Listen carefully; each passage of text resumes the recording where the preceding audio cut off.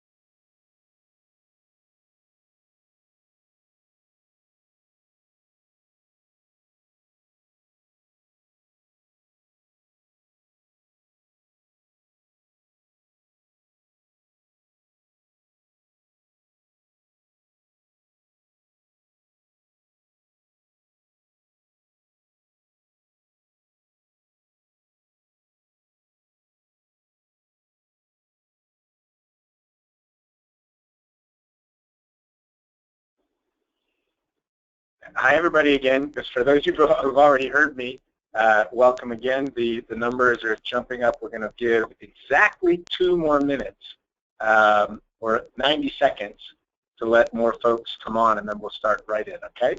Thanks.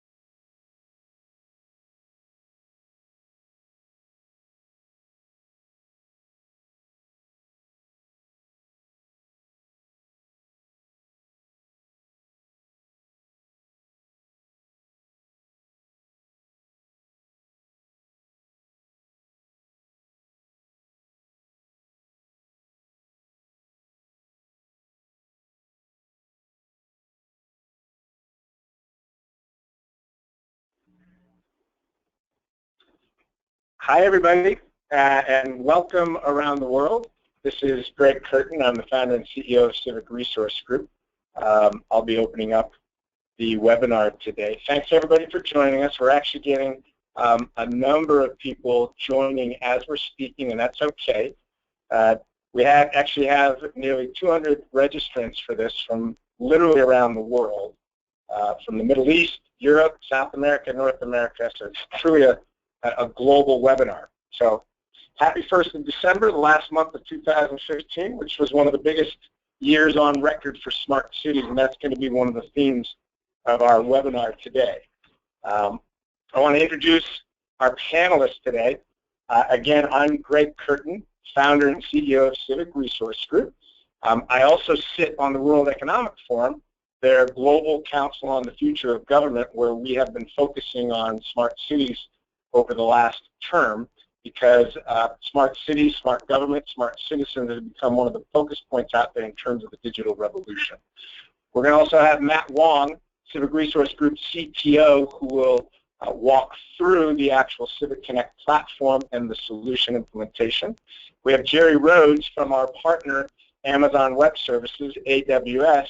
We've been working very closely with AWS to deliver these cloud solutions in a replicable, scalable fashion, so whatever we do with one city, we can take to another city promptly. Jerry Rhodes will be speaking about the AWS platform, cloud solutions, security, and the like.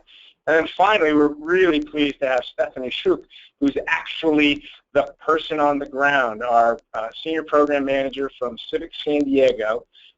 They're the customer that have implemented this innovative smart parking and augmented reality wayfinding solution. So we're really happy to have Stephanie Schuk with us today. I'm going to jump right in here and set the tone and the theme for the webinar.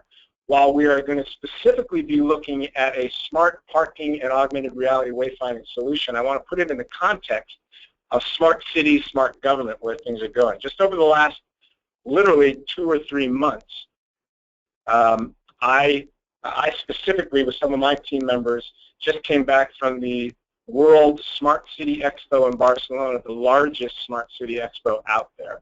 A month before that, we participated in Smart Cities Week in Washington, D.C. With my work with the World Economic Forum, we've been looking at smart city implementations literally across the globe, what's new, what's out there. And I think the good news is there's a huge appetite for smart city solutions. It's really picking up. The technologies are there. Data are opening up. The appetite, the budget, the willingness to get all that done is out there. That's the real good news. Also, what we've been looking at is lots of really good technical solutions, excellent technologies, excellent data management solutions, and the like. However, what's not happening is there hasn't been a lot of connectivity of these solutions, and especially in parking and urban mobility, which is the focus of today. Most of the solutions are really one-off applications or really owned and implemented by some of the biggies, Yelp, Google, and the like. Very little connecting of multiple applications and smart services in true smart cities and smart cities initiatives. And that's really going to be the opportunity today that we're going to talk about. And what we do, specifically at Civic Resource Group, you have on the screen now our Civic Connect platform. And the Civic Connect platform is specifically meant to do that connecting of data, connecting of applications, connecting of smart services to create true smart city initiatives. Focusing specifically on parking, and that's one of the key pain points with cities today. If you look at the slide right now, research has shown recently that 30% or more of all traffic congestion in cities and all of the things that come out of that traffic congestion, pollution, lost economic activity, and the like, is caused by people looking for parking spaces. Very simple problem that's very complex to solve. Other research, interesting statistics. By 2020, it's predicted that there will be nearly 1 million sensor-enabled spaces in the world. That's a huge opportunity for us to think about. Those sensors might be in-ground sensors, might be above parking space lighting sensors. That's tied to the Internet of Things rolling out. Huge opportunity, again, to tie in data and sensing in the environment to create parking and urban mobility solutions. The smart parking data opportunities, for instance, data around public data, parking data, private vendor data, payment data. And really the opportunity is, as we have up here, is the connectivity opportunity. We like to think about this as parking for a purpose. Solving a parking issue is simply one part of really a smart city solution. People park for a purpose. They go to events, they're going shopping, they're going to work, they're dropping kids off somewhere, they're doing daily errands, they're possibly parking to start their commute to work. Parking is not an endpoint, it's the beginning of something. And that's the solution we're going to talk about today that San Diego has implemented, which is creating a truly integrated and unified parking solution that connects events, opportunities, and things happening in a true smart city opportunity. And I'm going to hand it over now to Stephanie Shuk, who's going to talk about the actual San Diego experience. Stephanie, are you there, ready to take it away? Yes, thank you so much, Greg. Good morning, everyone. Thank you all for joining. My name is Stephanie Shuk, and I apologize. One second. I am the project manager for the Civic San Diego. And to give you a little bit of background on Civic San Diego, we are a nonprofit owned by the City of San Diego, and really our primary function is to be in charge of the wind down of redevelopment efforts within the city.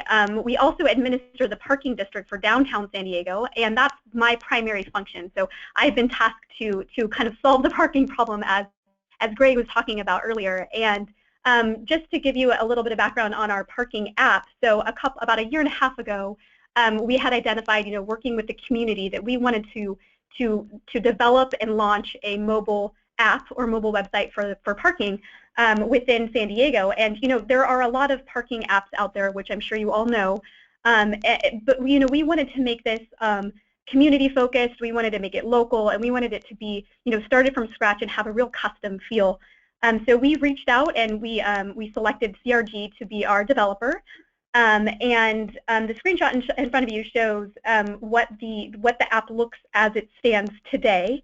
The name is ParkItDTSD. It's a URL, so parkitdtsd.com. To give you a little bit of background on that name too, we actually did a contest with the community, asked people to vote on the name, and this name won overwhelmingly. So it's ParkItDTSD.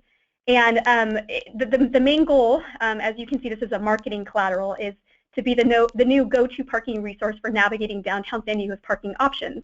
It's very simple to start. Again, this is just the first phase.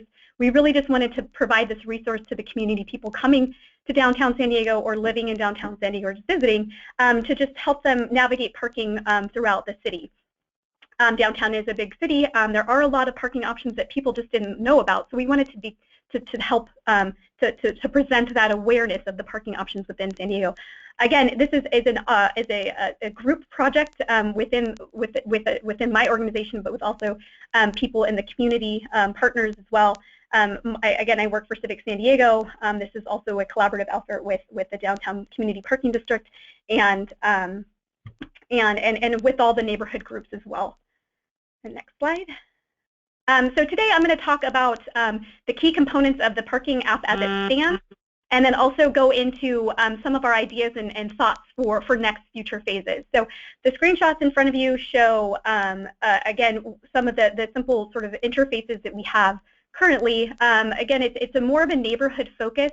Downtown San Diego, I'm not sure if you're all familiar, has 8 distinct neighborhoods. Each are unique with different parking needs and conditions. So when I was working with CRG to develop this app, I reached out and made sure that the community was involved in the process, because Little Italy has a different parking need than, say, the convention center or village. So we worked with the community to develop these sort of custom features and an integration with the community to make sure that they're all captured on the app.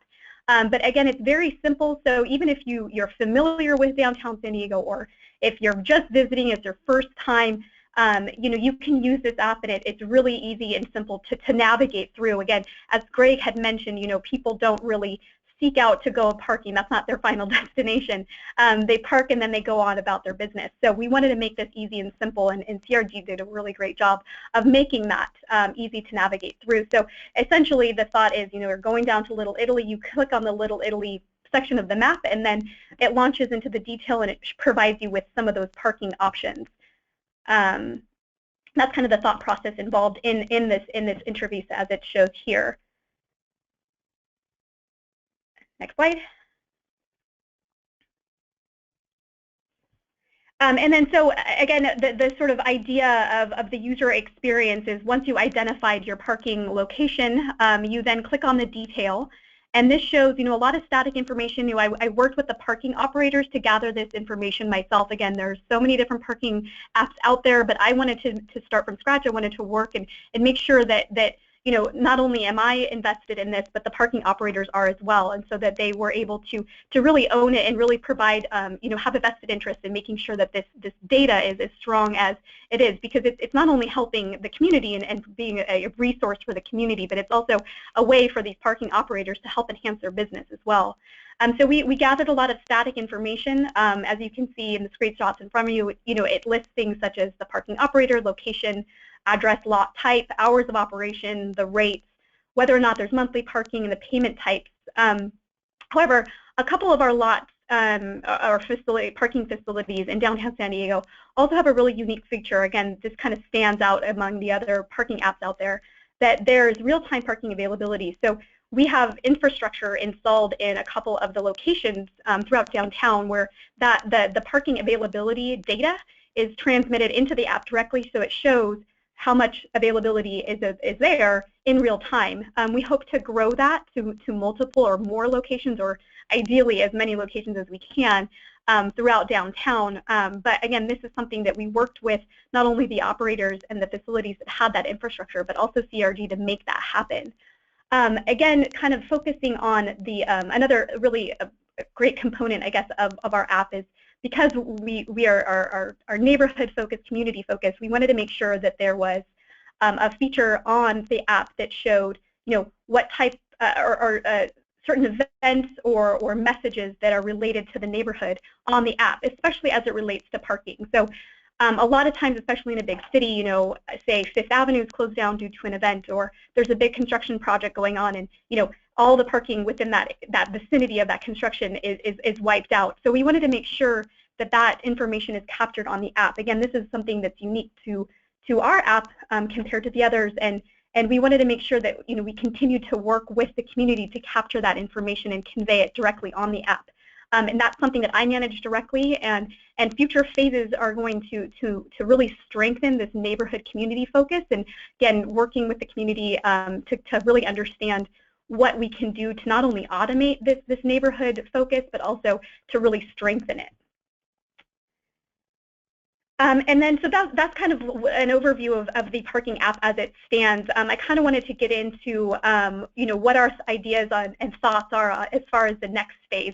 As Greg had mentioned, we want to not only make this a parking app, but we want to turn it into a mobility app, a one-stop shop for making downtown San Diego, and maybe even all of the city of San Diego, this smart city, so that it has an app that includes all of these different connecting features. So some of the ideas that we have that we're working on with CRG currently, again, really, first of all, enhancing and strengthening our real-time data, reaching out to other facilities to include the infrastructure that transfers that data to the app directly, and also including a dynamic pricing component. So, some parking locations change their pricing hourly, and we want to capture that, because I think that is very, very strong and very useful to someone coming down to park. And so we want to understand and explore opportunities to include this dynamic pricing without making it too labor intensive, but also really being able to show that component. That's kind of one of our short-term next phase projects. We also want to link and incorporate, existing third-party city services that are existing within downtown San Diego. Those things are things such as the city bike share, which I know a lot of other cities have a city bike share that is run by a third party.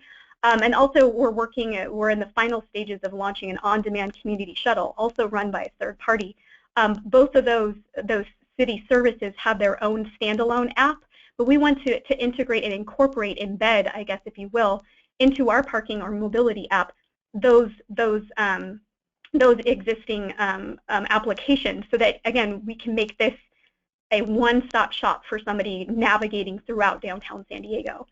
Also, the City of San Diego just recently installed new smart parking meters, and in addition to including things such as a mobile pay option, We also want to take the data to understand and make available or make as a resource the variable pricing components, or even just demonstrating open spaces or utilization on a particular block or in a particular area within downtown San Diego. Again, making the whole parking experience easy for somebody coming downtown or parking downtown. And then finally, we want to work with the local businesses. Again, nobody's final destination is to park. People usually park and then they go on about their business. So we want to make sure that the whole parking experience is streamlined and easy. So we want to work with the local businesses to partner with them to demonstrate things. Say you park and then you want to go and find the nearest coffee shop, or you park and then you want to go and find the nearest deals for a holiday shopping. And we want to have the app demonstrate that to make it, again, a very easy user experience for someone coming downtown. And then finally, I know that Greg and Matt are going to get into this in detail.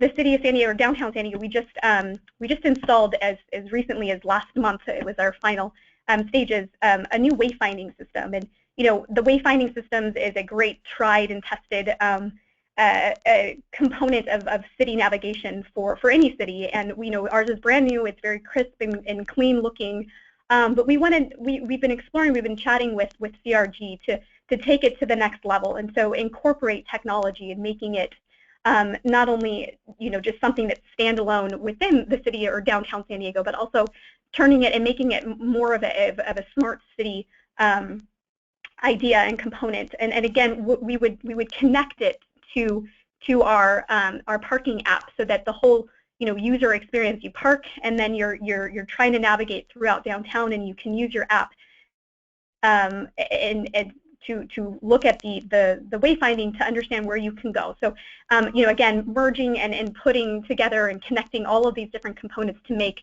our app a urban mobility option, I think, is our goal. And again, we're going to be working with CRG to make that a reality. So that's my presentation, and I'm happy to answer additional questions at the end of the presentation. Thank you. Stephanie, this is great. Thanks so much. Now I think everybody can see why San Diego is such a perfect example of starting small, building into a complete smart city solution, as you said, Stephanie, a real connected urban mobility solution, and we're excited about the expansion. We're going to hand this over to Matt in a second. I do want to take one brief pause here for everybody. And the numbers are still going up. People are still registering. This is great. I should have mentioned at the very beginning, we're seeing questions coming in. If any of you have specific questions, you can just use the GoToWebinar chat line. We'll get to those at the end. We'll have about 15 minutes or so, and we'll try to answer as many of them as possible. We also are recording this, and we'll make the presentation and the recording available to everybody afterwards in case you have to leave early or want to share it with others. So please keep the questions coming. We're already seeing some real good ones coming in. I'm just prepping you, Stephanie, Matt, and Jerry. We'll have a number of questions for each of you. But Stephanie, that was great. Thanks so much, and a perfect segue now into Matt Wong, our CTO for Civic Resource Group, who's actually going to walk you through the actual use case, a day in the life of a mobile citizen in San Diego, and actually show you, demonstrate some of the technology itself. Take it away, Matt. Perfect. Thank you again, Stephanie. It's just great to work with an innovative partner, especially the visionary piece that you have in linking city services, other things around the community into a parking app. That is just really exciting for us to work on. So I believe that we're going to be showing the slides for the storyboard. So what I'm going to walk through is a storyboard of what I'm going to be demoing, so a day in the life of. So I'm going to walk through the storyboard first and then show sort of the highlights of the current app and where we're taking the app forward to. So in the storyboard here, we have one of my IT engineers, actually, Lauren. She's excited to go to her brother's graduation. She's about to ready to go to get onto the road, but as human nature calls it, she's not going to do much planning. So she's going to jump right into the car and start heading down to San Diego. So she's heading down to San Diego from the office. It looks like she's leaving work a little bit early, so I have to check her time sheet. She arrives at the parking garage, and now she runs into problems. So she sees that now the campus parking is full. She's in trouble.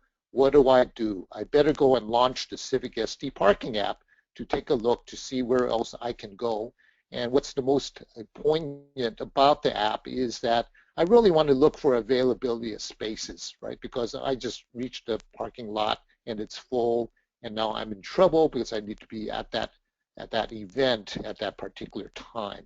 So she opens up the app and she looks at that, and then she finds parking, and I'm going to show that later. And this storyboard jumps sort of to the next step. She jumps out of the car, and as we were talking about, she's really looking for a particular location. The parking garage is not her ultimate destination. So now now this is where we need to get into the wayfinding aspect of this. Now, fast forward into the enhancements that we're in process of developing for Civic San Diego.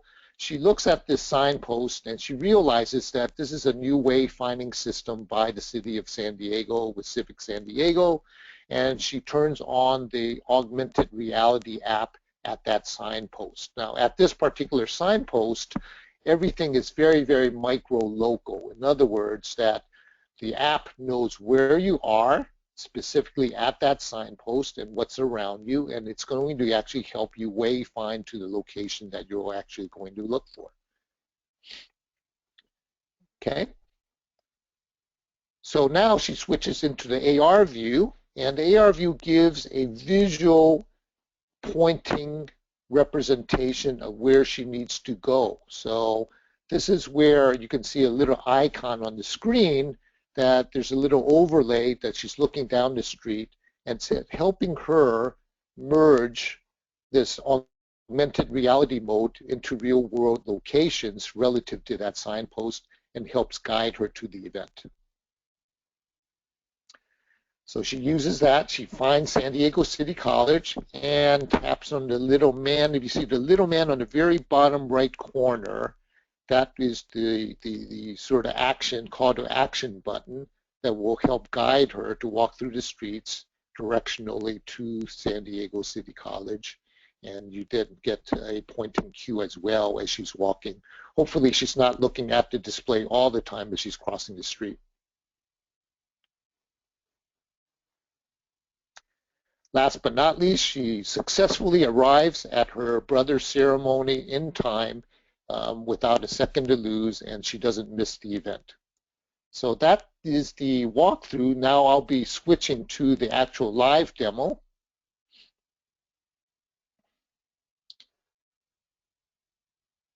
And this is the actual Civic San Diego parking application that Stephanie had talked about. I'm just going to go through some of the highlights of it. On the first startup landing page, you can see that it's designed to be extremely simple, and that's by design, by choice, because when you're actually a mobile user, you only want to really have your focus and attention to a few items. And as you're traveling, it's really all about find my parking. So you have three options on the screen. I was down in San Diego the other day where I was driving around, and I wanted to geolocate the parking garages that were actually where I was at that particular time. So that's the Near Me button. By neighborhood, as Stephanie had mentioned, there's many different neighborhoods in San Diego. There's Gaslamp District where there's lots of eateries. There's Petco Park. There's all sorts of different areas that you would want to actually target to go to. So that's by neighborhood. And last but not least, by places. So let's say if I'm looking for a Ruth Chris Steakhouse, and I know that it's a very, very congested area, I want to find the nearest parking garage to that particular area. So I'm going to jump into them by neighborhoods just to quickly go through the use case here. And let's say that I happen to be in East Village, so I'm looking at East Village, and here are my parking garages on there. And the key feature here again is I want to look for that real-time information for, let's say, a particular garage on what are the availability of spaces at that location. So if I select that one, you can see right now I have an availability of 226 spots out of a capacity of 1,000. and it's updated right now at 9:35 a.m. Pacific Standard Time. So that's giving you the real time, real data coming in for one of the garages in the area as we speak. Okay. So now, since Lauren has now found her spot in the parking garage, now she needs to find her way to the event. So I'm going to move my phone over to one side a little bit here. And I'm going to start my AR application. And here are my signposts. So I'm going to spoof the signpost a bit so that I'm going to take the first one on Broadway and Park. Turn this to the side here so I can get it out of the way a bit. Okay. And now I'm going to invoke my AR view. And you see, I'm not actually in San Diego, as you notice. I'm just using a picture to simulate that. But you can see that I'm now pointing around the area where the little points of interest and icons are popping up. And so here's San Diego College. And if I hit the little man on the bottom, it'll show that which directionally I should be hitting by foot to get to that location. So as I move down I'm going the wrong way. It's telling me to go backwards. Okay. Coming back out of AR mode. We have all the other features of a standard sort of wayfinding app where you can get more information about a particular location.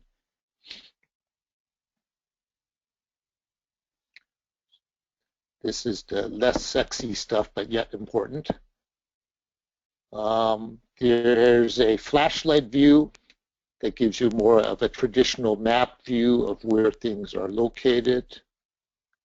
So I can turn that around, see my little flashlight. And last but not least, if you had been a Boy Scout in the past, we also have a compass view that will also help you geolocate a particular location as well. Okay, last but not least, trying to tie into other city services. Now you see that I put up a signpost for, this happens to be the MTS, the bus service.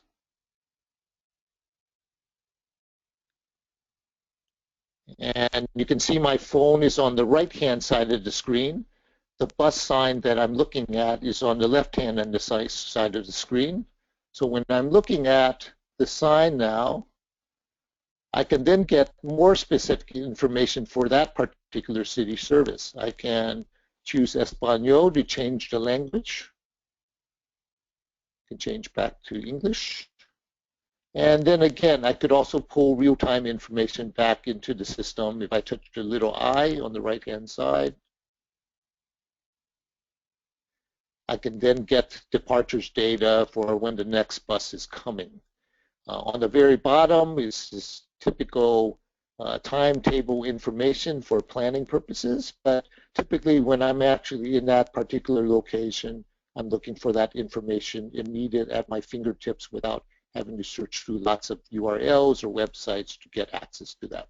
So again, very hyper, micro, local information to the point of where you're actually a mobile citizen, working, playing, walking around the whole city environment. Okay. At this point, I'm going to be handing off the mic to Mr. Jerry Rhodes, who would be describing the Amazon infrastructure that we've built this system on top of, and he'll be describing the Amazon services and that helped us make this application realizable. Thank you, Matt. My name is Jerry Rhodes. I'm a solutions architect with Amazon Web Services, and I'm going to speak to you a little bit about Amazon Web Services today. Next slide. So what is Amazon Web Services? Well, we are a cloud that provides a very highly reliable, scalable, low-cost infrastructure platform. And we have over 1 million active customers, and we're operating in more than 190 countries around the world. There are many benefits to using us, such as low cost, elasticity, and agility. We're open and flexible, we're secure, and we have a global reach. Next slide, please. So what sets us apart? Well, experience. We've been doing this since 2006. One thing that Amazon.com had found that they were very good at right around 2006 were running large infrastructures to host the web application Amazon.com.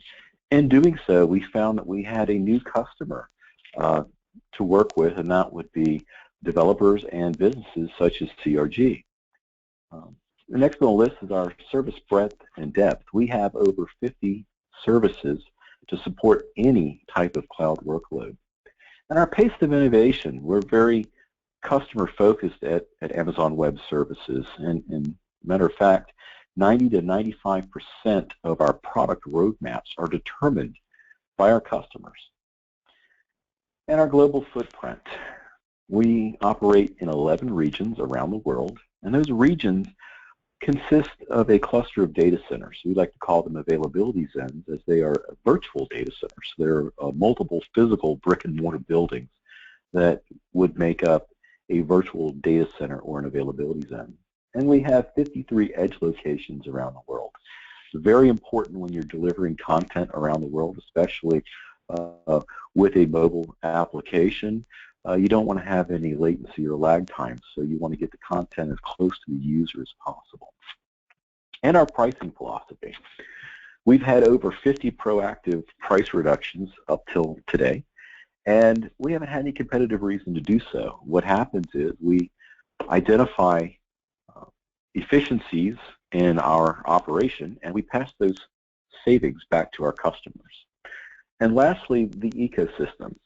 We have the AWS Marketplace, which has over 2,300 products available for purchase and download, and we have about 800 or over 800 software vendors providing those marketplace products. This is a map of our global infrastructure, and on it has the 11 regions that I spoke of, 4 of them being in the United States, and the 30 availability zones, which are part of those regions that span the world, and the 53 edge locations. Being that we have a global infrastructure, it makes it possible to deliver an application not only just in San Diego, but you can deliver that application in places like Florida or Ohio, New York, or even across the Atlantic over into places like Spain. Next slide, please. One takeaway that I always like to explain to folks is that your data stays where you put it. So if you put data in, say, our U.S. East region, it doesn't get replicated to the U.S. West region or outside of the United States unless you, the developer, decide to copy that data across availability zones or across regions. So the data stays where you put it unless you move it. Next slide, please. And this is a slide that demonstrates our security and compliance. We hold a number of them, SOC 1, 2, and 3. Others you may be familiar with ISO 27001, PCI DSS. So if you take credit cards, that's a certification you definitely must have, as well as our work with the federal government. We have FedRAMP and FISMA, as well as we are able to hold ITAR compliant data as well. Some of the other workloads that we've deployed that fall within a compliance framework, such as Sarbanes-Oxley or HIPAA with the healthcare folks, as well as a lot of stuff with government, the FISMA, FedRAMP, and more importantly with the Department of Defense, we can handle DICAP workloads as well. So the one key takeaway with this slide is security is job one at AWS, and we are constantly working with our partners and our customers to obtain new certifications as they come out, as well as do constantly standard audit so that we maintain our existing certifications. Next slide. And with that, I guess we'll open it up to questions.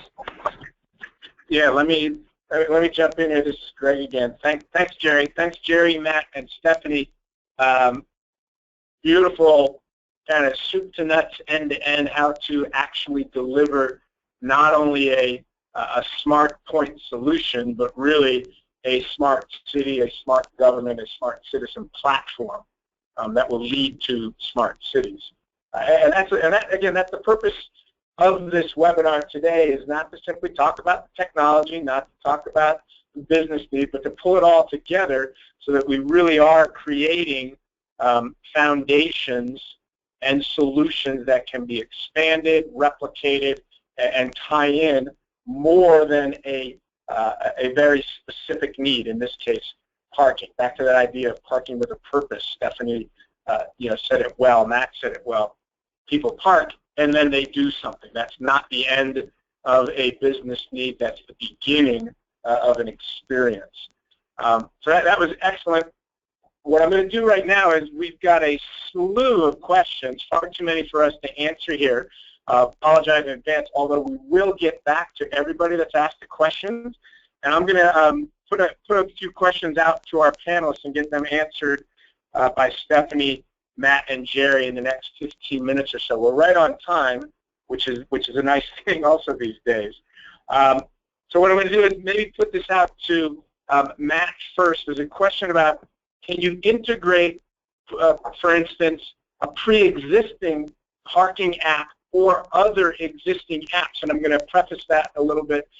For instance, Stephanie mentioned that in the San Diego experience, there will be, for instance, a bike share app that with data that they want to connect into this, kind of hub of urban mobility. So, Matt, maybe a couple of comments on that. Is it easy to integrate other existing solutions that a city may have already invested in?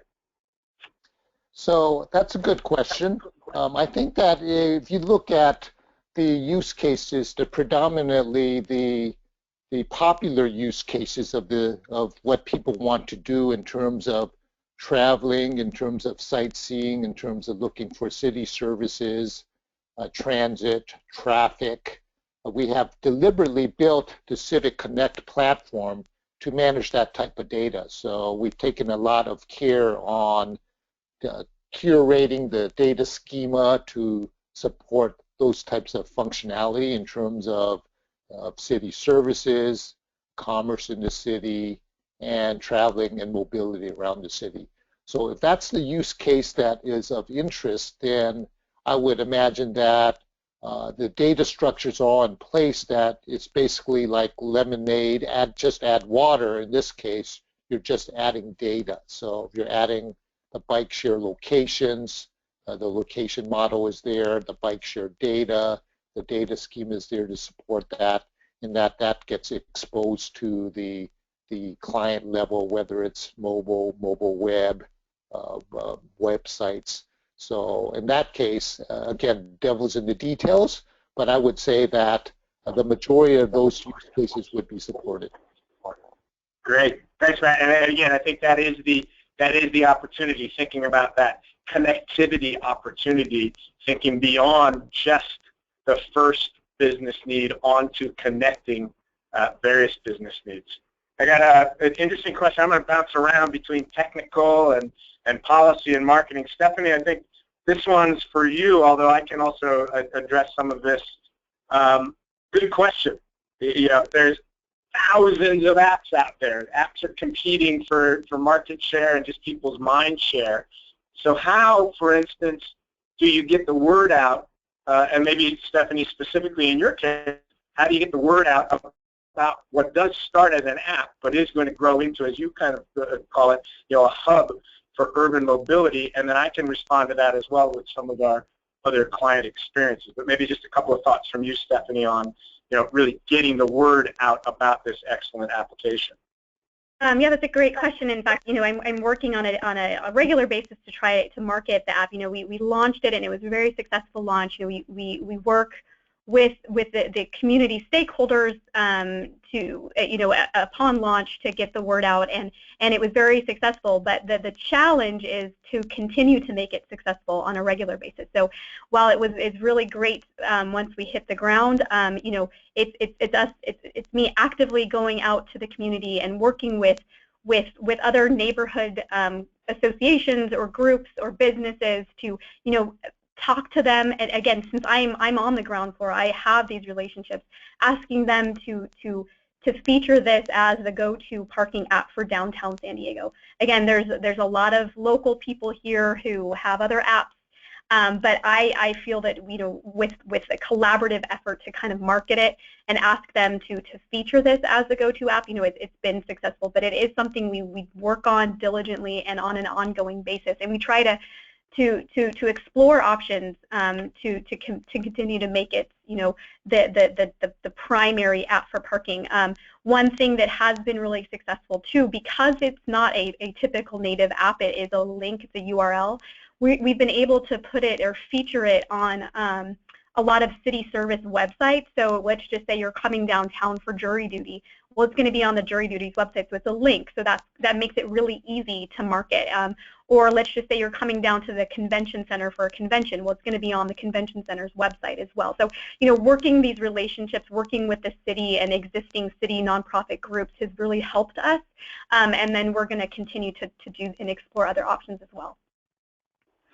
Excellent. Yeah, and I was just going to support that. I mean, that was perfect, kind of your strategy. As we're working with other customers of all sorts and sizes, it's really about tying in and integrating with other marketing and promotional aspects, making the augmented reality app or the smart app part of other programs and campaigns going out there, as opposed to trying to stand alone and become something on its own. So that's great. That's great, Stephanie. Got a question here, and this is for Matt and Jerry. I'm deciding it's for Matt and Jerry.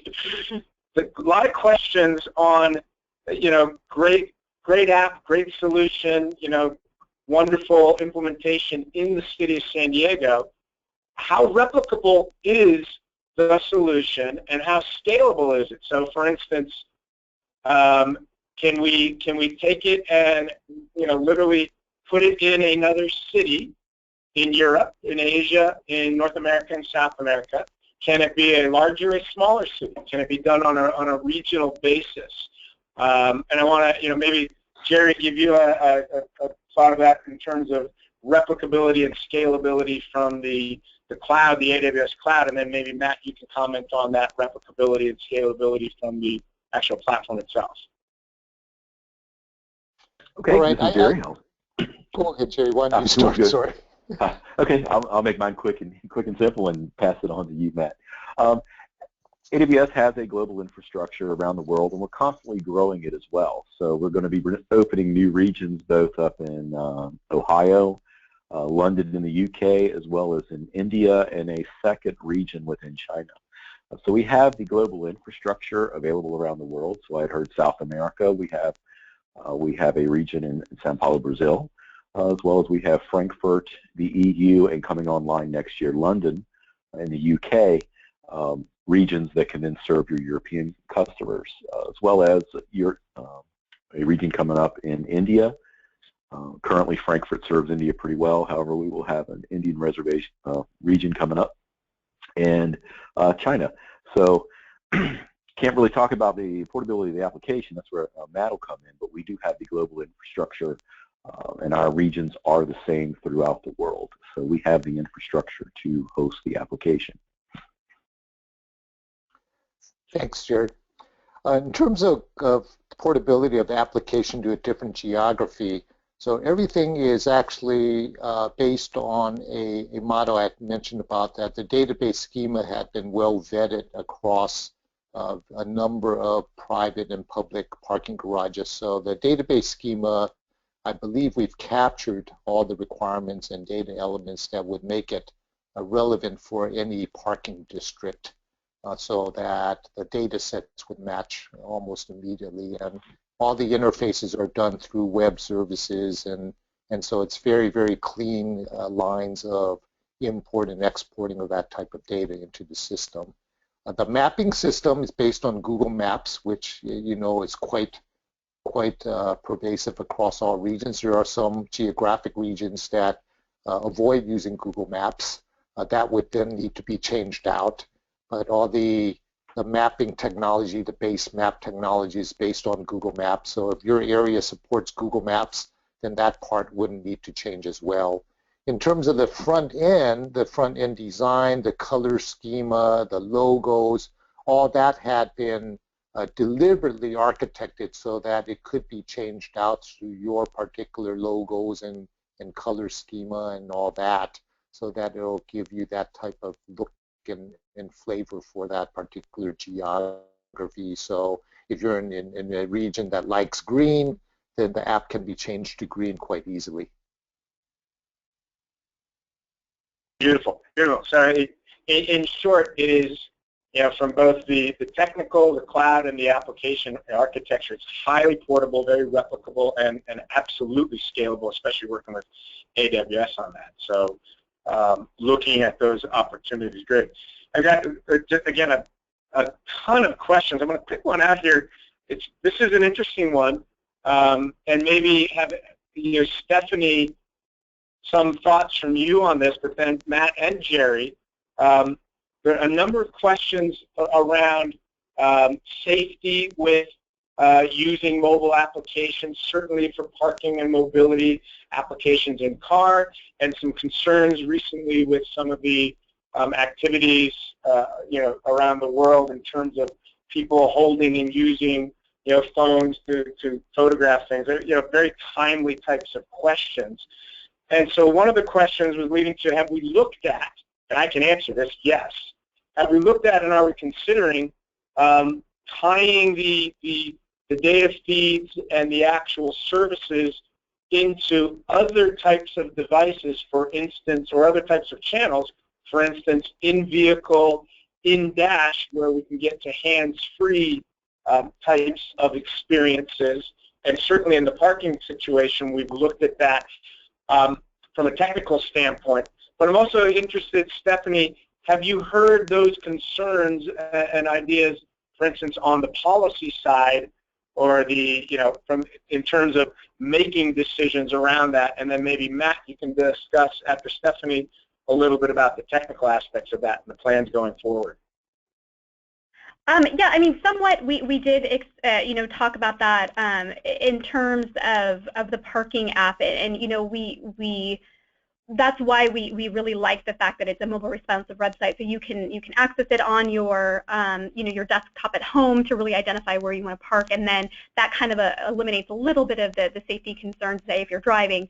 But we haven't really brought together the stakeholders in a while, because as we really enhance our data and make it more dynamic, you want it to be in real time, so you're going to be obviously in your car and you want the best data at that point in time, so that definitely is going to create some kind of safety concern. So I do believe it's going to come up as we reach out to more of the community, but for right now it really hasn't come up. But just because this isn't the only app that does that, so that's not why people are sort of singling this out for right now. But it is something that we want to bring to the forefront when we have continuing conversations with the community.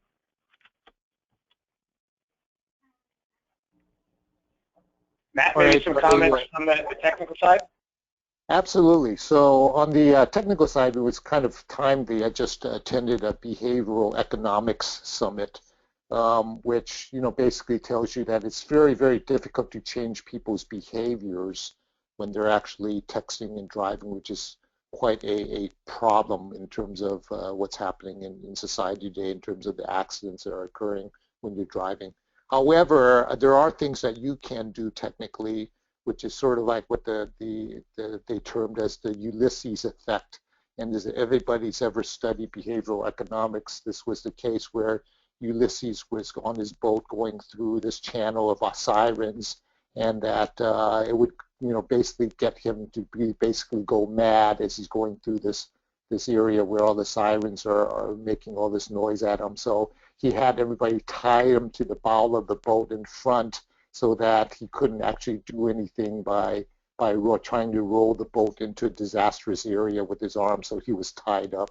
So you can tie yourself up, or you can actually put earplugs into the crew's ears so that they wouldn't hear the sirens.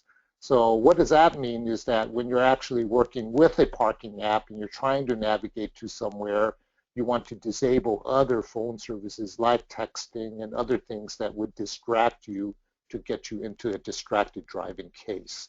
So those are the things that we're actually been researching on adding into the application set to help people to be safe and getting to their location and wayfinding to the location safely.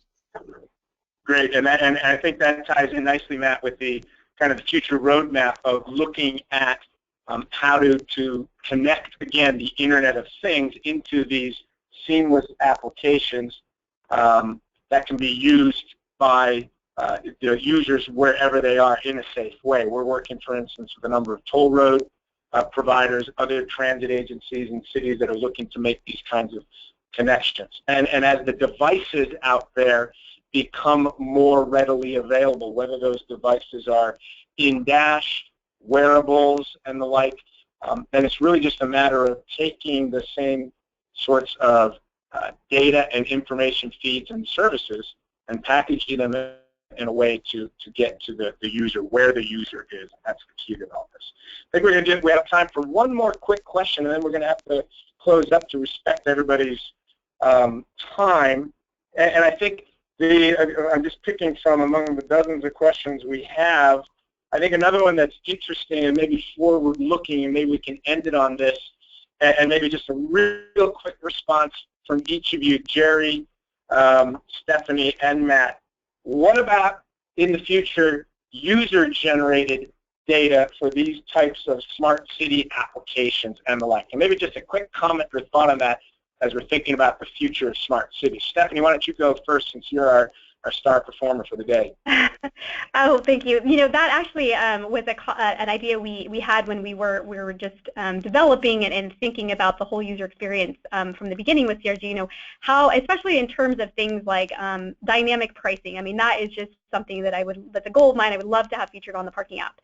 But you know, it may be really hard to do unless I have the people within the parking lots, you know, feeding this data on an hourly basis. So instead we thought, well, what if the users actually did it, you know, sort of like a crowdsourcing kind of a thing. So that is something we definitely would like to be open to. Again, working with CRG to make sure that that's something that's feasible, but I think that there's definitely some merit in that, and I think it would be a great way to feature some of this data as opposed to, you know, putting that burden on others and just making it a lot more streamlined.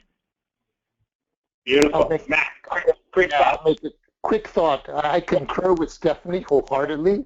I think that that's going to come out whether it's in our app or somebody else's app. So it's going to show up anyway. And the two things that we worry about in making sure that our systems will accommodate is the cleanliness of the data and also security. Beautiful. Jerry, final thoughts on user-generated data, and does that impact anything in terms of AWS and the cloud and compliance and security? Well, one of the things I mentioned in the presentation was we have over 50 products and services on the AWS cloud, and we just launched the AWS Internet of Things service at this year's reInvent. And with IoT, or Internet of Things, you can use things such as lightweight protocols such as MQTT or HTTP to send those messages from your wearable or from your device up into the AWS cloud, as well as some other services such as Amazon's Kinesis, to where you can stream data from a device into your application hosted on the AWS cloud. As far as the security and compliance, not really going into too much here. It is a shared model with AWS and the developer or the business. So there's parts of it that we're responsible for keeping secure, and there's part that the business is responsible for keeping secure, and we work together hand in hand to make sure that we can together deliver a secure solution, whether it's for wearables or other applications. Perfect. Thank you. And believe it or not, we have 15 seconds left. We are exactly on time. Thank you, everybody. This was I hope it was valuable for you all. We will attempt to answer all questions and get back to you. We have on the screen right now the contact information specifically for Jerry Rhodes. You can go directly to Jerry with any questions to AWS. Stephanie has graciously volunteered to take questions about the actual solution and San Diego's experience. You're free, please, to contact me directly or our marketing and communication staff at Civic Resource Group if you're interested for additional information. We will make the slideshow and the recording available to everybody that's registered, and you can pass it around freely. So thank you all. Enjoy your first day of December and the first day of the end of 2015. And thanks especially to Stephanie, Jerry, and Matt for some very thoughtful, productive, and insightful conversation today. Thanks, everybody. Have a great rest of your day. Bye-bye.